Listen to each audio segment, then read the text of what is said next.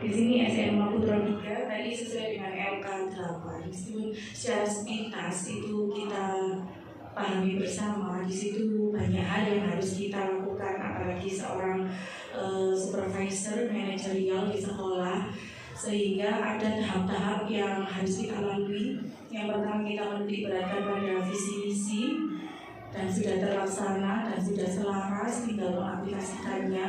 Yang kedua, kita sudah memasuki inquiry kolaboratif. Penanaman di situ tentunya secara global ada program kerja sekolah mulai RKT, RKJM dan RKS gitu. Kemudian diaplikasikannya juga langsung di kelas, salah satunya supervisi kelas. Dan saya berupaya setelah dari pelatihan kemarin itu melakukan supervisi kepada Bapak Ibu guru.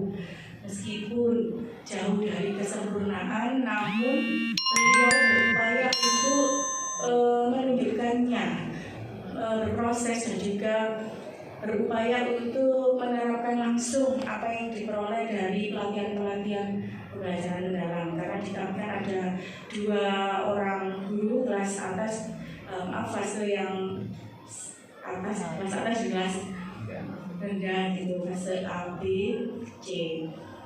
Dan alhamdulillah dari beberapa RTL yang sudah kita buat, kita berupaya untuk mengkolaborasikan dan juga menyamakan modul ajar yang pertama. Supervisi kelas yang sudah terlaksana dengan metode observasi sekaligus nantinya pada ruang GTK itu kita kan memperoleh hasil penilaian Bapak Ibu guru yang sudah masuk ke tahap tindak lanjut. Bapak Ibu, untuk menganalisis keterlaksanaan PM pada proses kegiatan belajar mengajar, menganalisis modul ajar yang digunakan, yaitu mengidentifikasi modul ajar mengacu nantinya yang saya lakukan mengacu pada struktur pembelajaran mendalam. Di sini ada 8 dimensi: profil lulusan, prinsip belajar, pengalaman belajar, kerangka pembelajaran. Itu akses identifikasi yang pertama, kita melakukan diskusi awal antar guru dalam kelompok kolaboratif dalam membahas LK 08 itu yang program dan juga instrumen. Jadi saya memberikan beberapa dari beberapa LK yang banyak itu saya buat seminimal mungkin yang dapat terbaca oleh Bapak Ibu guru berupa angket. Mohon maaf hari ini tertinggal tidak saya bawa, mungkin next kita ketemu kembali.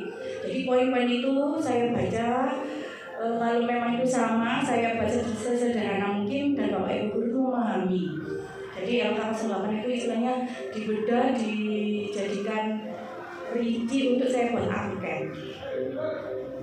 Kemudian mengisi instrumen identifikasi kebutuhan pembelajaran mendalam masing-masing guru, menyusun jadwal observasi kelas. Saya lakukan di tanggal 15 September kemarin sampai terakhir Senin kemarin baru selesai. Kemudian menyamakan modul ajar itu sudah, kami meng-ATM hasil modul ajar yang sudah dibawa oleh dari Bapak Ibu guru yang mengikuti pelatihan. Jadi itu dibedah semua, kemudian diaplikasikan di ATM, dan juga meskipun masih terdapat di sana itu Bapak Ibu memunculkan profil pelajar Pancasila, tapi itu tidak lepas dari kurikulum Merdeka. Nanti kami akan menanyakan juga ke Bu Erma, apakah boleh mix atau cukup sesuai dengan modul ajar yang terbaru yang strukturnya pure benar-benar PM. Kemudian menyamakan modul ajar dalam pelaksanaan belajar mengajar di kelas dibuktikan dengan supervisi. Penggunaan media pembelajaran di sini saya tekankan bahwa Ibu, intinya apa yang disampaikan fasilitator, kalau mau menyenangkan mesti ada media. Kemudian ada yang namanya ice breaking. Jadi pedagogis yang beliau laksanakan di kelas itu untuk mengaktifkan, untuk memfokuskan beri ice breaking begitu. Dan berupaya untuk membuat dan melaksanakan. Semoga tidak hanya supervisi tapi ke depan juga dilaksanakan. Desainnya yang pertama memang merencanakan sudah hari belajar dulu kami setiap hari Senin setelah pembelajaran usai. Di sana kita integrasi pertanyaan terbuka bagaimana sih pembelajaran pendekatan deep learning itu bisa terlihat jelas meskipun sudah jus ya mix sudah kita laksanakan setiap harinya, namun kita perdalam, kita peta-petakan sehingga saya membuat buku catatan pegawai itu meskipun manual dengan buku tulis, tapi saya tidak kehilangan jejak karena di kelas itu kan juga terbatas. Kadang apa yang dilihat kalau dimasukkan ke laptop kan terlalu lama, jadi saya membuat buku seperti ini. Kemudian rencana menyusun modul ajar sudah sesuai dengan prinsip pembelajaran, merencanakan indikator keberhasilan itu menyesuaikan dengan tujuan pembelajaran. Next. Nah ini salah satu contohnya, saya mengambil salah satu guru observasi kelas 6A. Sudah terlaksana semua, sudah dari misalkan 18 guru itu kalau dipetakan memang ada yang masih membutuhkan proses untuk bergerak yang lebih baik.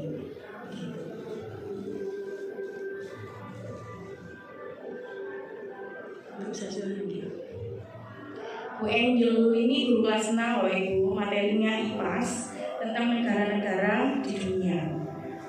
Beliau memanfaatkan diorama, membuat sebuah diorama, dan pada waktu persepsi belum melaksanakan pembelajaran ini tidak ada di video. Beliau memanfaatkan game interaktif dengan model gambar.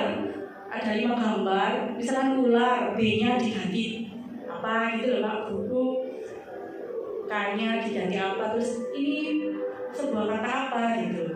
Gimana apa ya namanya, lupa. Mencocok-cocokkan gitu loh. Misalkan ular berbisa gitu. Jadi jawaban apa gitu. Itu persepsi awal. Dia Angel ini karena ya itu muda ya, jadi mudah memanfaatkan IT. Kemudian diorama juga disiapkan yang membuat saya speechless, semangat dan juga memberi apresiasi excellent teacher. Dia itu memanfaatkan Google Earth, jadi mengetahui dunia-dunia itu tidak hanya global yang disiapkan. Anak-anak diminta untuk mencoba menggunakan aplikasi Google Earth. Selain yang kita tahu ada Maps, itu beliau mengenalkan Google Earth.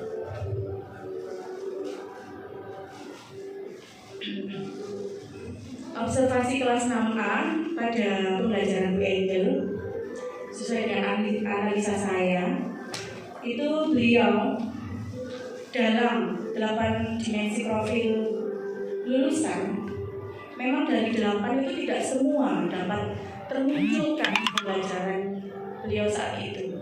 Jadi yang saya beri warna merah itu hampir terlaksana, sudah memenuhi. Di awal ada doa, memberikan refleksi juga untuk anak-anak itu meyakini bahwasanya dunia dan isinya itu adalah ciptaan Tuhan begitu. Kemudian penalaran kritis, dari persepsi saja di awal sudah memunculkan penalaran kritis.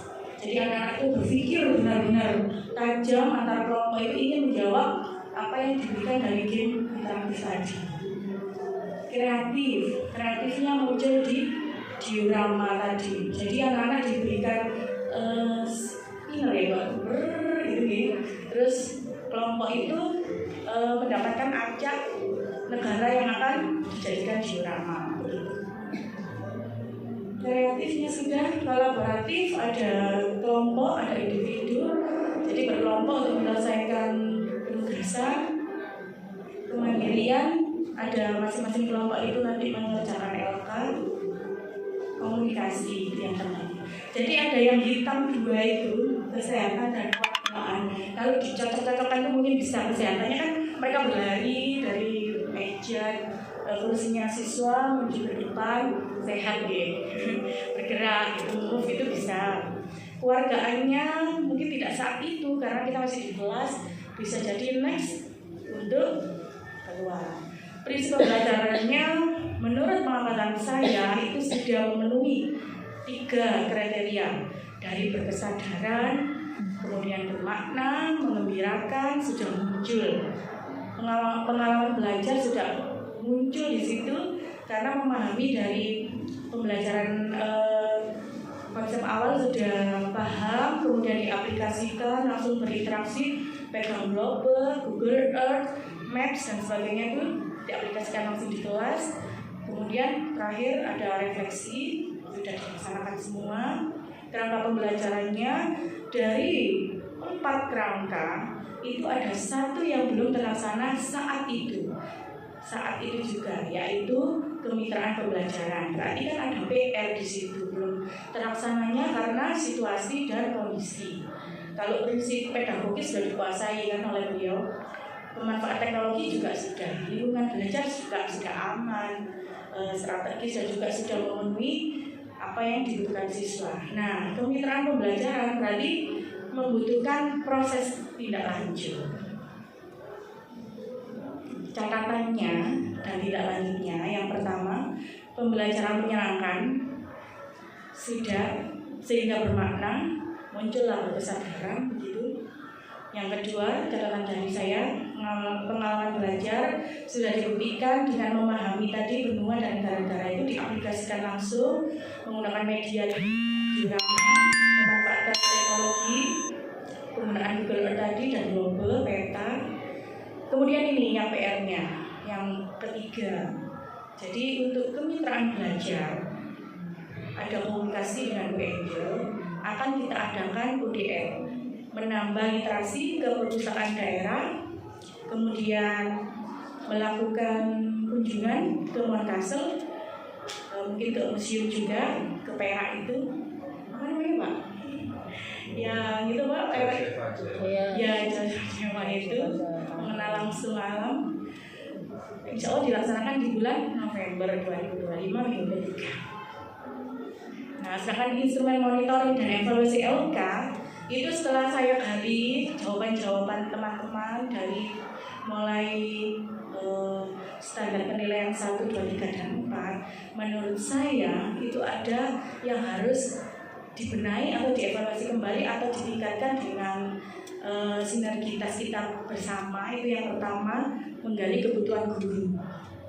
Sampai detik ini saja di rapor pendidikan kami pada waktu kita evaluasi bersama dengan pengawas itu ada yang bahwasanya di Surinjaya itu muncul kebutuhan guru juga masih rendah, sehingga ada penurunan dan merah rapotnya. Itu yang kedua, menyusun perangkat pembelajaran yang berorientasi discovery learning berbasis inquiry kolaboratif. Menurut saya tidak hanya 1 waktu dan 1 semester saja ini bisa dilakukan dengan sempurna. Sepertinya evaluasinya harus berkala dan berkelanjutan. Karena kalau hanya sebatas supervisi mungkin ya bisa kita lihat saat waktu itu, tapi merasakan langsung untuk penyusunan ini kan perlu banyak masukan atau perlu banyak evaluasi kembali. Sampai detik ini menurut saya juga apakah sudah sesuai tidak yang dapat oleh-oleh tadi dengan teman-teman yang pembelajaran mendalam itu yang didapatkan guru itu. Karena kan kita kepala sekolah kan melihat saat beliau-beliau itu mendapatkan pengalaman pelatihan, apakah nanti ke depan tuh ya seperti itu atau ada pihak-pihak samping itu yang memberikan pengalaman hasil modul ajar itu juga berbeda-beda. Karena ada teman itu meminta juga coba begitu saya lihat modul ajarnya, dibandingkan ya ada beberapa yang tidak sama. Yang ketiga, melakukan asesmen formatif, observasi, rubrik kolaboratif, catatan refleksi siswa. Ini yang sering Bapak Ibu guru itu melupakan. Kalau refleksi ya hanya langsung direct gitu ya. Anak-anak bagaimana? Catatannya tidak ada. Kalau tidak pada waktu ketua MPLS ya, diagnosis mesti ada, referensi ada.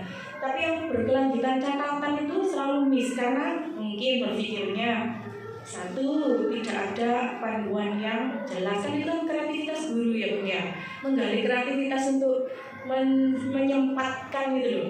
Itu harus penuh dengan tekanan dan penuh dengan motivasi dari kepala sekolah. Kadang memang kalau kita buat hari belajar guru itu, ya apa sih modelnya catatan ini apa refleksi siswa yang pas itu ya apa gitu kan tidak ada. Akhirnya yang sana buat catatan di masa, yang sini membuat catatan kecil. Kalau nanti bisa terlaksana dengan baik, katakan satu gugus saja dengan gugus 6 misalnya itu membuat sebuah buku catatan refleksi siswa tambah bagus. Kan itu hal yang kecil sepele, tapi ternyata dimunculkan di pembelajaran mendalam itu untuk dilihat dan diperhatikan dengan baik. Refleksi belajar siswa itu mengumpulkan data refleksi siswa tentang pengalaman belajar. Nah ini sering ditinggal. Padahal guru itu kan punya basic BK itu ya, bimbingan konseling. Kemudian dengan kepala sekolah juga punya bimbingan konseling juga secara langsung dan tidak langsung. Ini saya juga belum menemukan. Kalau dulu itu ada perangkat yang namanya Promes belakangnya sendiri, kayaknya tidak ada seperti itu. Kembali ke kreativitas guru, sedangkan guru kita itu suka ATM, amati, tiru, modifikasi. Kalau ada contoh satu, tidak gerak. Nah ini bisa tanya. Kalau mau kreatif, cek temennya sih mantan ya. Begitu. Yang kelima, guru dan siswa bersama-sama mendiskusikan kelebihan dan kelemahan proses belajar yang sudah dilaksanakan. Ini malu-malu uji, jangan malu-malu uji, mana ya? Jadi masih adanya introvert atau merasa mungkin aku iso atau dalam arti karakter pemalu. Nah, karakter pemalu itu harus dihilangkan dengan metode public speaking, dan tidak semua guru itu bisa public speaking dengan baik dan benar. Nah nanti ini ada petualangan seperti saya buat petualangan ke BHS. Mungkin ada pelatihan public speaking lagi di tingkat gugus. Karena kalau dilihat anak-anak paling bisa, tapi ada kepala sekolah, ada teman-teman senior, tidak bersuara, bisa belum dia. Bagaimana kelebihan dan kekurangan itu? Hanya beberapa guru, akhirnya tidak tergali dengan sempurna. Yang keenam, guru merefleksikan peran dirinya. Kadang ini masih ada rasa ini di dalam hatinya nih. Balik lagi ke karakter seorang guru.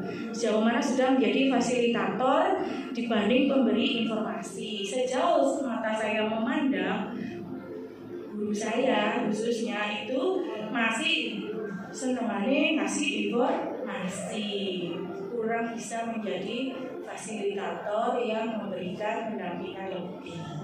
Ya mungkin karena keterbatasan, karena waktu, ya unsur usia bisa, dan mungkin memang pengalaman pembelajaran bersama itu yang kembali lagi ke pribadi seorang baik guru. Mau sempurna itu hanya milik Allah SWT ya.